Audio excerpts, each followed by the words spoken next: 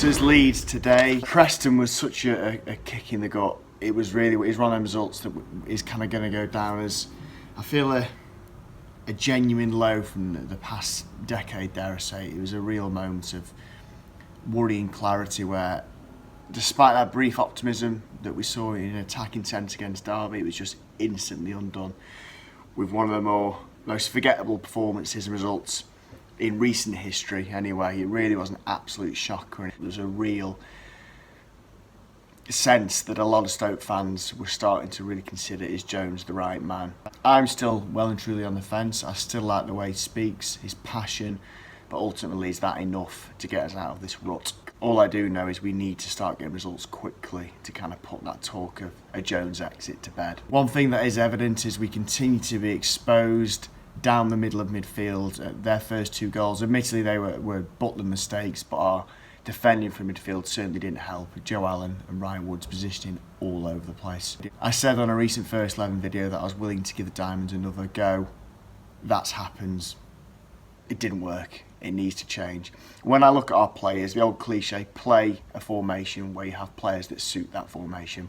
When I look at the players in the squad, I do feel that 5-3-2 is by far our most effective formation with the players available. So with that in mind, I would go with Federici in net. I don't think there's a Stoke fan out there that would start with Butland today. He's been directly involved in 4 of the goals we've conceded this season. He's just not doing it at the moment, so he needs to get his head straight, and Federici will come in. The Davis things is so confusing as well. He was brought in to probably replace Butland, but he seems to drop behind Federici now in the pecking order. I'm not sure if he's unfit or if he's not rated by Jones and the team, but then they bought him, so it's a confusing thing in general.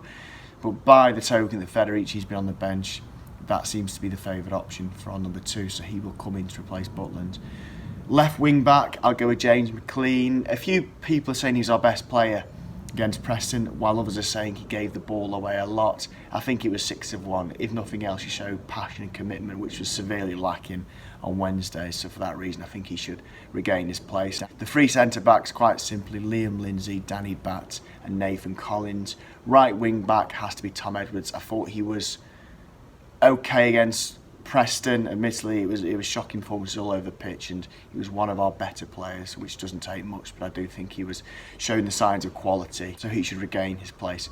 Midfield 3, I think Woods, Etebo, and slightly in front, Nick Powell. Obviously, Joe Allen needs to be dropped. He's just not doing it this season at all, and I think Woods and Etebo will work well off each other. I think you've got a good passer of the ball, alongside a real athlete in Etebo, and I think them two will complement each other perfectly. Nick Powell is available from injury, and I think we should give him another go just behind the strikers. The strikers being Hogan and Gregory. They didn't have the greatest of games against Preston, but I've seen enough against Charlton and Derby to suggest that these two are still the strikers to stick with.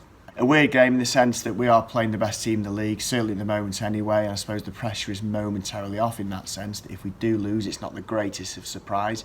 But it's all about the performance today. An extremely interesting game, and it's one that I really can't call, but we need to improve quickly.